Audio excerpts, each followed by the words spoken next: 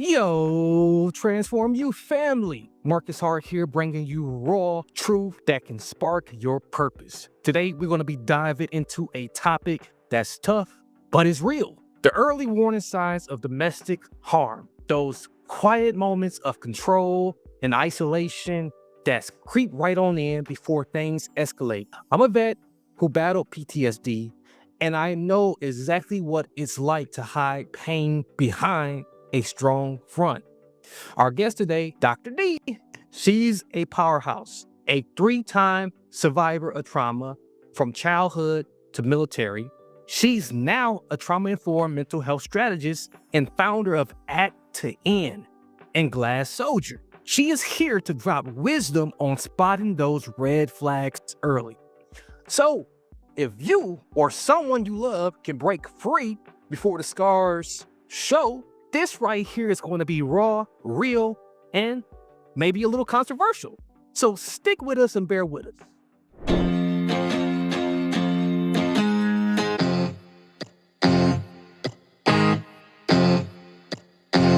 Now, before we dive in, I want to introduce you to something that's very special.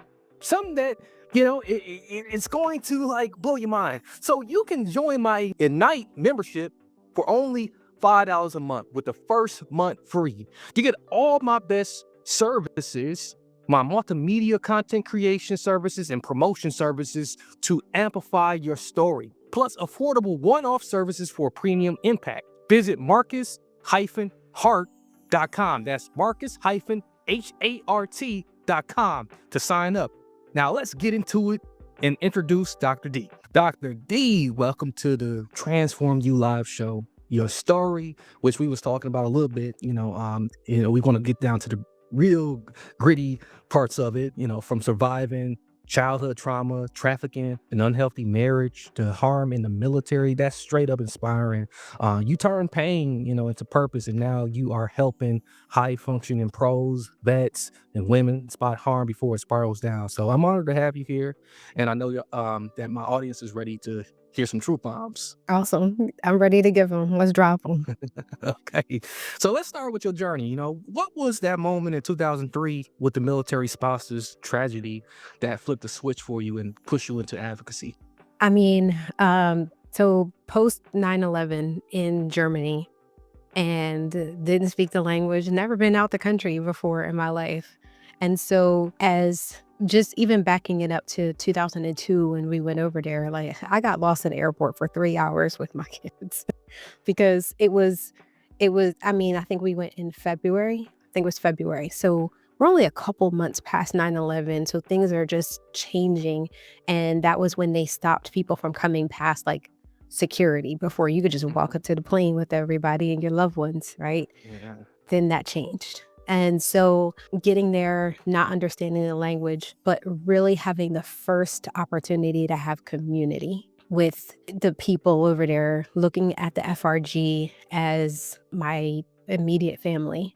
So this was the first time that I really felt that community sense of people taking care of themselves. And then as the war ramped up and being a spouse, it became even more so that the spouses clung together. So hearing about this young lady having taken her life and completed suicide, I mean, it just hit home that over here, we really need to pay attention to each other, to plus each other up, not feel alone in this journey, all while I was navigating domestic violence. And it really felt like the only option I had was to speak up for other people because my voice wasn't being heard.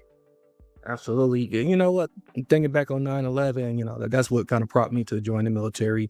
And it was a very interesting time, for all of us. And I know what it's like going to Germany and you're trying to figure everything out. The language is hard. Bro.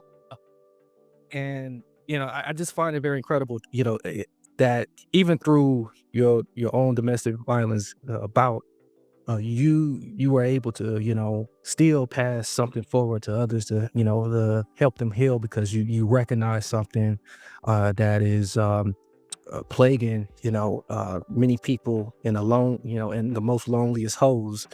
And Control and isolation, they often come before anything physical, anyways, so I really like to unpack, some of the first signs of domestic harm, being that you lived it and helping others do it. Can you paint a picture for us? Like, what does that emotional coercion look like in real life? So I get a lot of questions about my childhood, especially when people find out that I was being molested. So, first and foremost, I want to say my parents absolutely made me feel secure. My attachment style, my background had nothing to do what was going on as it related to the abuse or how I wound up in an abusive marriage. My father is a kind, loving man. He is my rock. My mother was my cheerleader, and I say was, mom has transitioned and is up in heaven waiting for me.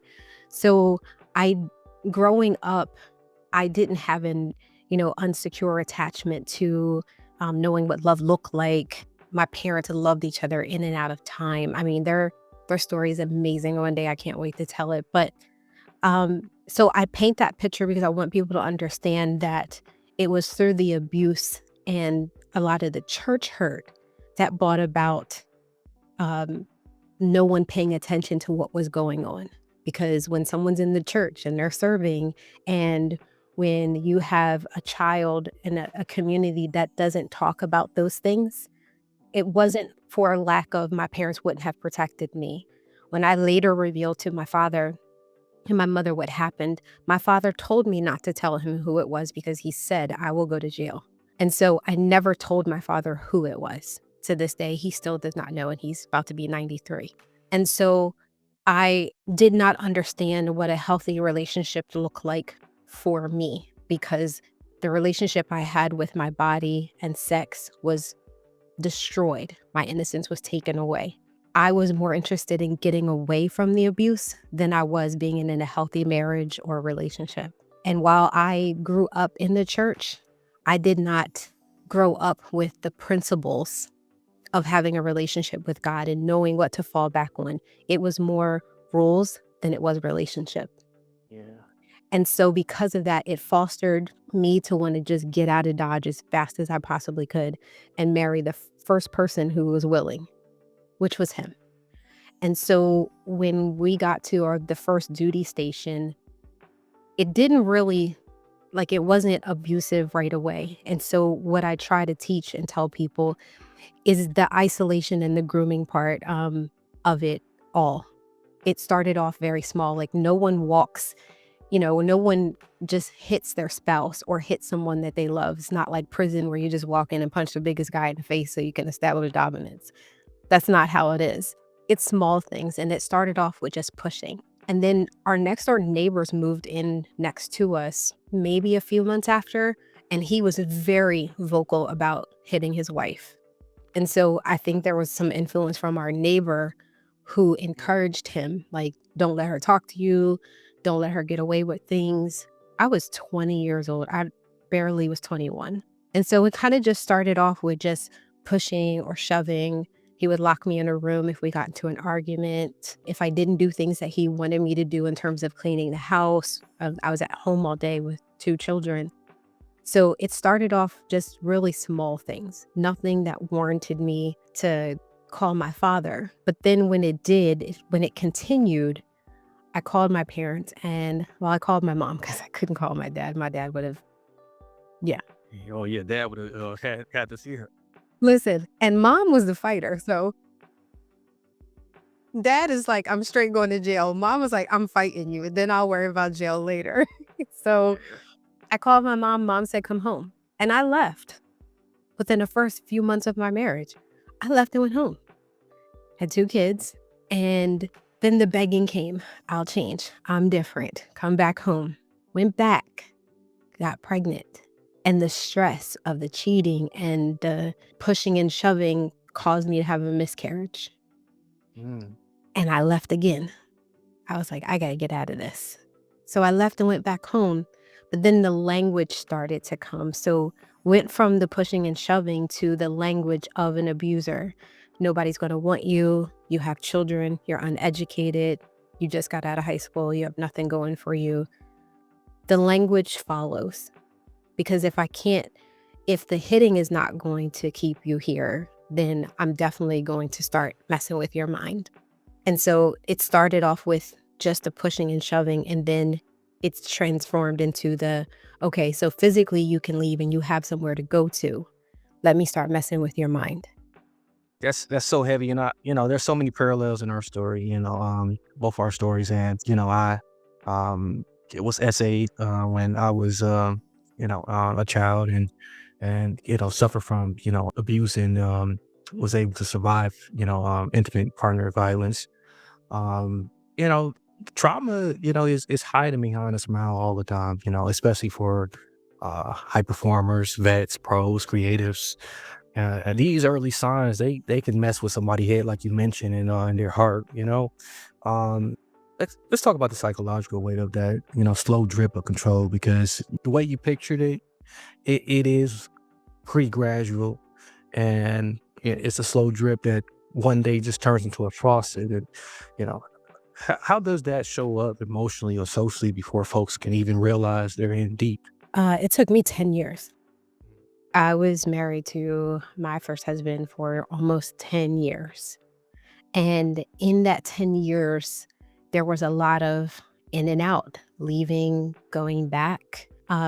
What's interesting about it is the hindsight, which is always 2020, right?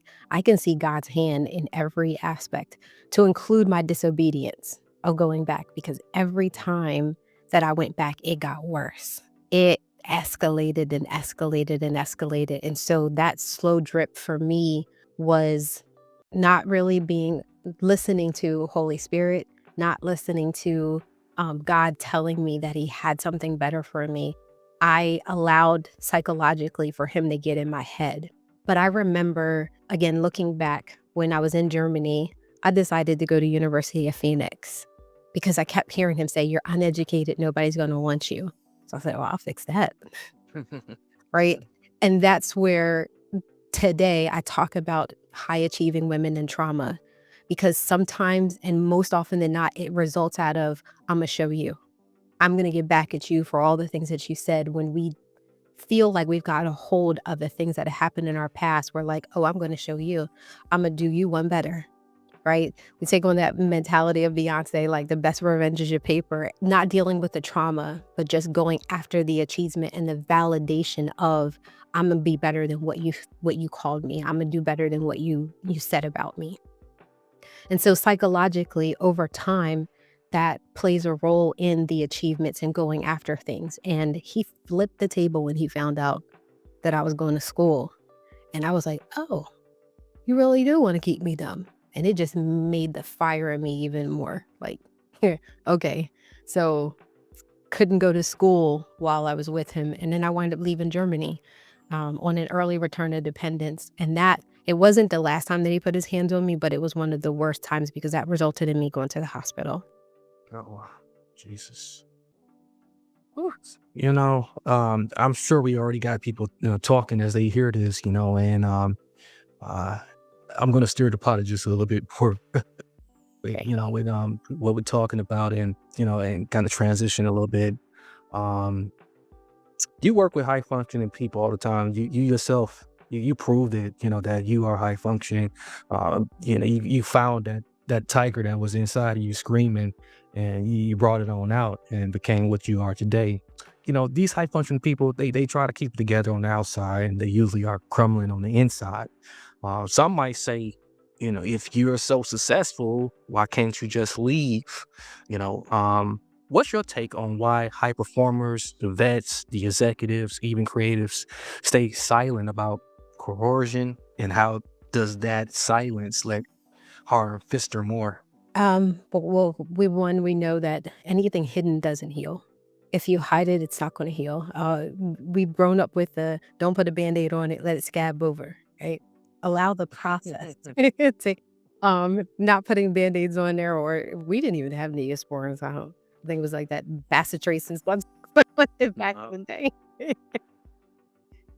But just an open wound, allow it to heal, and do what the body does.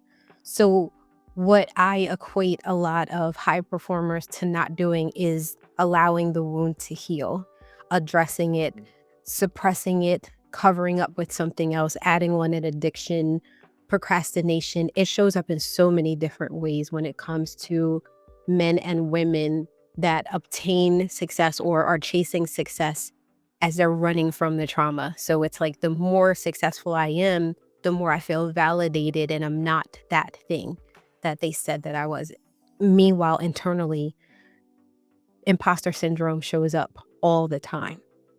And that imposter syndrome fuels missed opportunities.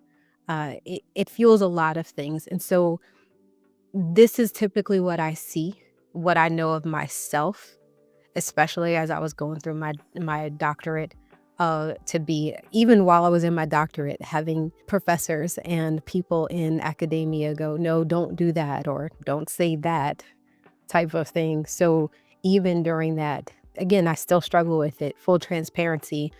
There have been many times during this having my nonprofit that I have fallen short because of fear or because of trauma chasing me. It just shows up in the most unusual ways sometimes, not always right in your face. And so, yeah, those are the kind of the things that I see with high performing people when it comes to trauma. Oh man, as you was talking, I was thinking about, how one way it showed up for me, and yeah, I went and purchased a Mercedes Benz, like, what, and I just realized how, crummy I felt, and it just wasn't. It wasn't like what I really wanted. What I really wanted was to heal, wanted to feel whole, and get some validation. um and there's all types of wrong validations you can attract when you allow yourself to not face your demons, and speak up about it. That's why they say in the church, a testimony, you got to give a testimony. Yeah. um so let's talk solutions. I mean, because with all we can give people the problem, but what is the problem without solutions? You said earlier, um support systems like your family, like your mom, your dad, they need to be rooted, of course, though, in spirituality and psychological safety. And so for someone noticing these red flags, maybe they're feeling isolated or controlled, what kind of support should they lean into first? And the second part of the question, why is that spiritual piece so key for you? I grew up in the church. Again, I had a praying grandmother. I mean, like a praying grandmother. Know about that. Um, Yeah. and a father, and a mother. Again, I spent a lot of time. I was that kid that was in church like 3, 4 times a week. I mean, we did mission work, travel and choir, plays. I was I was in the church, Bible study, Sunday school. I got whooped one time because my sister, and I don't care if she do listen to this. You can make a clip of this part right here where I tell my sister Tiernay, convinced me to spend my Sunday school money on candy, and I got Oh, whooped wow. for her. To this day, I tithe faithfully. Yeah. My sister taught me the importance of tithing because had I just tithed my money, I wouldn't have come my behind with faithful tither now. That was my first lesson. But I didn't forgot the I was going somewhere. Yeah, you was on fake, but it's those moments like that though that make you remember. Okay, so this is what exactly why I do opposite of what happened to me, and so when we talk about support systems, though, Support systems. yeah, the first place we should go. First place we should go. Well, again, I recognize that not everyone has a family that is supportive of them. People again grow up in very different environments when it comes to support systems. But that doesn't necessarily have to be family. Even for someone who feels like they isolate themselves or they don't have close friends or family, it starts with wanting to trust someone. I personally have met people that are like, I have trust issues. There's no one that I trust in my family or my circle. And that work begins with really getting them to understand why you don't trust people and then doing the work. You're going to have to put yourself out there, whether that's through mentorship, whether it's through an online platform of finding a complete stranger who knows nothing about you and putting yourself out there in order to you to get to the relationship building. There's a part of you that's going to have to lean into the hard part of trusting someone. That is how you build relationships. That is how you build community. And again, for those that don't have it, for those that do have it, you find the people that you can and then manage expectations. Everyone in my family plays a different role in my life. I have my sister that knows where all my bodies are buried, if you know what I'm saying. And then I have the other sisters that I know that I can call on for humor, to take my mind off of things, to just, check in, and I don't have to talk to them as much. It's literally like once a month or something like that. And I got 7 sisters. So, Oh, you loaded with the oh, sisters. girl, yeah, I'm never alone. And I'm the baby. So I don't know what alone feels like. Only children, I can't have a conversation with them because I'm like, I envy you. What does that look like? Okay, never mind. Building that community and that relationships. And so it's the hard work. I think the other part of your question is, what does that look like? For me, I come from a place of empowerment to do the work. And I rely heavily on faith without works is dead, because I am a firm believer in meditation equals manifestation. Meditating on the word, meditating on what you want to see, going to the end of that thing that you want to get to, whether it be the degree, whether it be starting the business, but going to the end and seeing yourself successful. No one sees themselves unhealthy or sees themselves doing bad. They imagine themselves doing great things and doing great things. So go to the end of the success of the relationship, the job, your weight loss, right? Even when people do their weight loss journey, they don't see themselves more overweight. They see themselves healthier or thinner. So if that's what you want to see, then you work your way backwards. Now, what do we have to do to get you there? And that's just building it brick by brick, from going to the end and then, all right, now what do we have to do to get you there, and doing the work. I love it. I love it. So, Dr. P, I'm going to go there. This might ruffle some feathers here. Oh, hot. Some say the system, courts, shelters, and even mental health services, they fail people in early stages of harm because it's built for crisis. It's not built for prevention. By the time somebody reach out, it's already kind of too late. You're already on the next level of your situation. So as a survivor and advocate, what's your raw take on this? Are we missing the mark on supporting folks before things hit the fan? And what needs to change? Absolutely. Absolutely 100% agree with that statement. And this is why I love the intentionality of God. And when he puts me in spaces with people that bring things back up, I literally were just having this conversation with a friend about therapist. And Yeah. not that all therapists are immediately going to go to medications, or psychologists, psychiatrists are going to go to medication. However, doing the work first to find out what coping mechanisms or skills people have first before we go to, the cover up of medications to reduce symptoms. I am not, and saying, and again, I know you said you're going to ruffle some feathers. I am not anti-medication. I am pro microdosing so that people can start off understanding and managing those emotions first, whether that be the level of medication and then coming down, or stepping up if it's not helping. But I am a big proponent of, let me find out your strengths first. And then we work on those skills and we build those coping mechanisms. We build the things that are going to work for you that you can resort to first before you get to that. And like you said, normally by the time someone can afford to, or even has the ability to reach out, it's normally at the cost of things have gotten so bad, I don't know where else to go. For me, it starts with, let me find out what your strengths are. And again, empowerment. I come from the school of empowerment. I believe that people inherently want to preserve their lives. They want to be better. And I try my best to find out what that looks like for them and then building it from there. I wish the school of social work that I come from, or this organization that I come from, did a better job at therapists helping people do the work, not just talking at them and doing talk therapy. You can talk to your friends, you can talk to your mom. You can get on social media and people talk back to you. I don't know that that's gonna make you better, right? Yeah, it's not the most constructive, but it is something. Right. So you can find somebody to talk to you, for sure. But you really want to find someone that's going to help you do the work.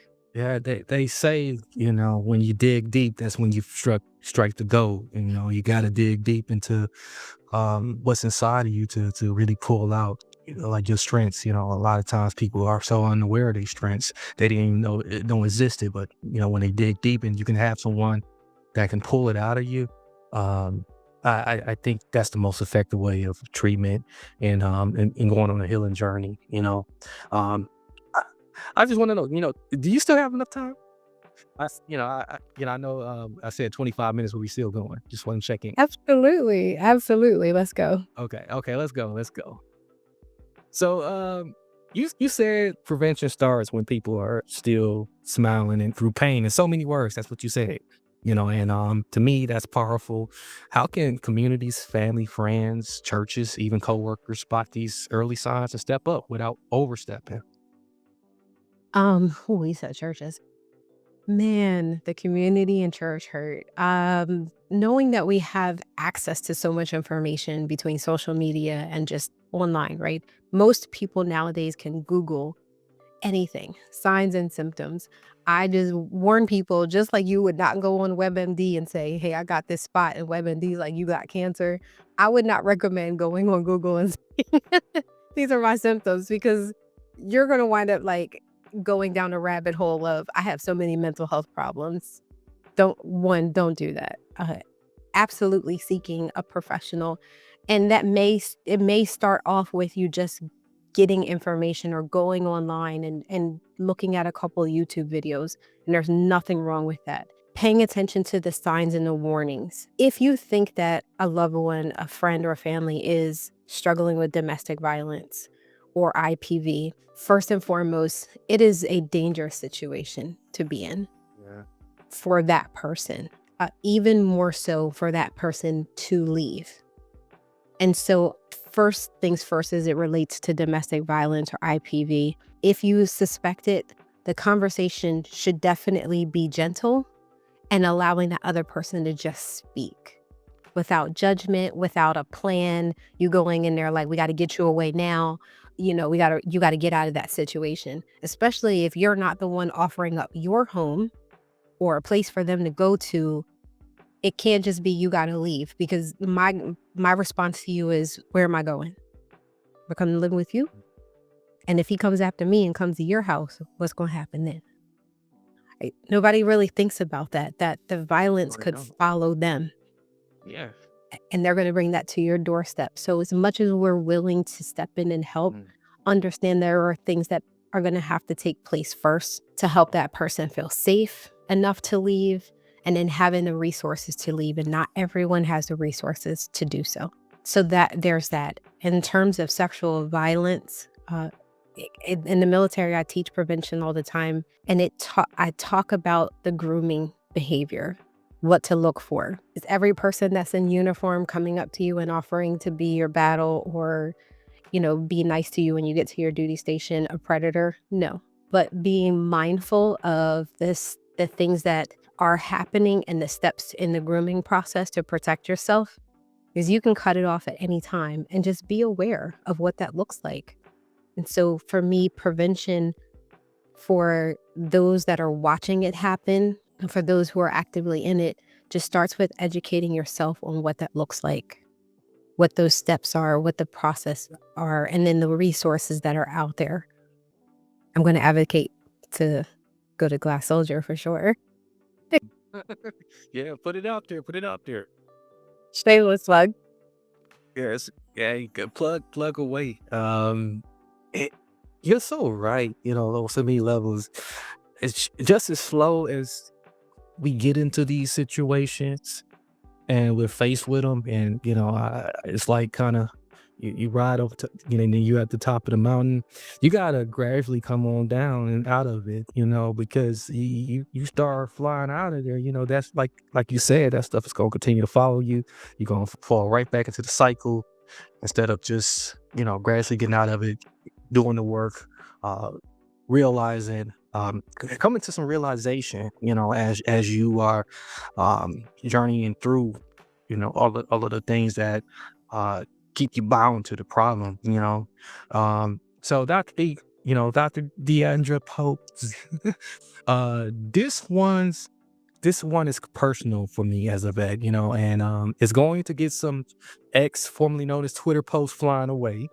Um, so you survived harm by a superior officer in the Army. Some argue that the military's culture, discipline, hierarchy can hide early signs of corrosion, especially for women. So what's your unfiltered take on how the military misses the red flags and why it's so hard for service members to speak on up? So the question that I propose to leaders every single time that I'm in that space is the question, and this is for our veteran community out there and our military community. How many men or women that are sitting at Fort Leavenworth right now have stellar OERs or NCOERs? Sabata. Yeah, top blocks, right? Hmm. Because unfortunately, in this institution, we value performance over character. Right. As long as you can show up and do your job, I'm not going to question your character or the things that you're doing that you're not supposed to be doing. Because how many of us have checked that block to say that they've not done anything to violate sharp or integrity or any of the 7 leadership core values that we push in the Army? Because if you stop and think, have they violated any of those, they wouldn't be top block. And you would be having a real mentorship conversation with them and putting them on notice and having real accountability. You want to make it in this Army? Then you need to stop doing XYZ Yeah. and call them out for what it is. There is a way to be respectful and still hold someone accountable. There's a way to still give the situation, the behavior, and the impact without it being detrimental to that person's well-being or motivation. And leaders miss it all the time because I'm more interested in the numbers and getting the mission done than I am in the character and the trauma that's going to ensue and follow someone for years to come. Because the perpetrator might spend 10 years in prison or 5 in my case, but I am left with the lifetime of trauma, and regardless of what happens to them. And so when it becomes more important to stop something that could be a 5-second act or an hour act, however long it takes for you to brutalize someone versus the lifetime of a person, when we start to value someone's life over whatever is about to ensue, then it will become important. Yes. And that's my take on why it continues to happen. That's a good take, and some gems in there too. Really appreciate that. And you've mentioned mentorship. Like, yeah, there's not many higher ups that's willing to come down and say, you know what, I know you're screwing around, behind this uniform, you gotta lock it up, and maybe tell me what's the problem. Fortunately enough, when I was deployed, I had 2 NCOs that took me underneath their wing and called me out, and let me know, let me know the importance of, like, following faith, and also being authentic. So it really helped me, come back to have those type of people around you. But so many vets didn't have that. They didn't have people who cared. It was all about the mission. Let's go get to work, and then after that, that's it. Hang it up. Right. Um, If I could, so Marcus, I can tell you right now, in my entire career that I was in there, I had 0 female mentors. 0. I cannot point to you or even remember the names. I remember the people that harmed me though. But I cannot point to a single person who had a positive impact on my life, with the exception of 1 twin sisters. Uh, uh their names are Pritchard Allen. I think they're both full bird colonels now. Okay. Pritchard Allen, and Clydea. I can't think of her sister's name right now because she's married, but their last name was Pritchard. They were in logistics in the transportation. I got to view them on a webinar or something. I followed them because I admired their journey and what they were going through, but I never had the pleasure of being mentored specifically by them. Only 2 women in the entire Army that I connected with on a way to say, I want to be like them, but I did not have mentorship at all. And the one person that I thought was my mentor was actually the one that caused harm for me while I was in there. She reinforced that institutional betrayal because she wore that uniform, and then the continuum of harm it continued with her and other females. I get to say, even though it was a man who, and again, I'm not sure if I can use those words because I don't typically like to use euphemisms when it comes to assault, but Yeah. I heard you say the word essay, so I want to be mindful that social media is going to and can often flag. But Mhm. even though it was a man that perpetuated the harm physically to me, while I was in, I most often got the behavior from females as a leader, as an officer, because it was just constantly reinforced that officers don't behave that way. We don't talk up, we don't advocate, we don't do any of that. Wow. You're doing too much. Oh my goodness. It's good to hear this. On the other side of when I look at my service and my time, man, it's good to hear a second point. Second perspective for this. And mentorship is very synonymous with like discipleship, in church, and that's why a lot of churches are kind of have lost their ways, and you start experiencing, the same type of hurt that you face in other institutions, because the absence of discipleship, which Christian foundation was built upon, so I resonate with that. My shameless Jesus love kept me grounded post a wreck, and this is the last question too. I know I kept you long enough. I kind of I'm enjoying it. I'm enjoying it. so how does spiritual safety help someone navigate the silence of early harm, and for those who might not have a faith background, how can they tap into that same inner strength to break free? Oh my God, you're about to get me out here speaking in tongues. My God. Listen, I was so grateful that I had a grandmother who reminded me that the church is me and that people are inherently flawed. But my relationship with God is the most important. Never mind the man behind the pulpit, the choir Mhm. director, or anyone else. You must stand before God and account for your Mm. sins, your abilities, what God has called you to do. Your disobedience will be the only thing, and your name should be in the Lamb's Book of Life based off of what you did Right. and how you live. And so I was grateful between my father and I'm feel like I'm painting my mother like a heathen. Listen, my mother was like, "Go to church." She's like, "Nothing about read your Bible." I love my mother. No, my mother was a faithful woman as well. But my father and my grandmother really taught me the importance of relationship with God. And that relationship has sustained me. When I think about all the things that I've been through, the joy that I find that He has carried me through so many things. The basics of waking up in the morning and being in my right mind, when there are times when I look back like, why me? Why did you save me? And because of that one-on-one relationship that I have with Him, I'm glad that I had a grandmother that said, "You will be known by the fruit that you bear." And I don't want to be known for anything else. I've lived outside of God's will for me, and I don't ever want to be outside that again. Like, it was So, too many close calls for me, too yes. many. And I would say to someone, really understand your relationship with Him and how His love for you has manifested into the things and where you are right now, even if you're not there. And there's no such thing to me as there with God.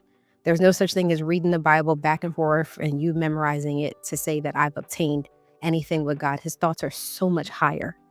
that you will never get there with God. But what you can do is be known by the fruit that you bear and lead with love above anything else. Love is the most important thing. So lead with that and everything else follows. And the most important commandment and only commandment, that we are to carry, you do everything in love. You can't go wrong. It can't do nothing but sow seeds that's going to bear fruit, Got Dr. P, you giving us a Bugatti, and a roadmap to like spot harm early, fight back with purpose, um, you know, get closer with God, your story from surviving to leading. It proves no one is counted out, So family, if you're listening out there, and this hits you, please don't stay silent. Make sure you do comment below and like and share this. So, one final question, before I get you out of here, and we'll wrap this up. What's one thing you want our audience to do today to start recognizing and responding to these early signs, and then also plug some more. Some more about work. If you really feel like mentally that you're at a place where it's like the edge, you are staring over the edge of do I, don't I? If you're having questions about your purpose, whether you're here, and I say if it's a calling, if it's a conviction or a concern, right? If it falls in any of those areas, then start to journal, start to write down those things, and then go back 1 week later and read them. And then ask yourself, is this somewhere that I'm still at, today or even a month later? Just have I changed since I wrote this down? Have I done things to make it better? Do I have a plan? Am I really listening to God calling me in this direction? So I say write it down first. Give yourself 30 days and see if anything has changed. And if you are still on that edge, if you still feel convicted or called, or it's still a concern, then find a resource. Reach out to help. Reach out to an organization that you feel like you can trust, or, organization like Glass Soldier. So my coaching platform has not launched yet. So I want to preface that because I know this episode is going to go out. My coaching platform to help women in terms of their healing journey, it's a spirit-led coaching. And it's called Kairos Journey, which Kairos means hard journey.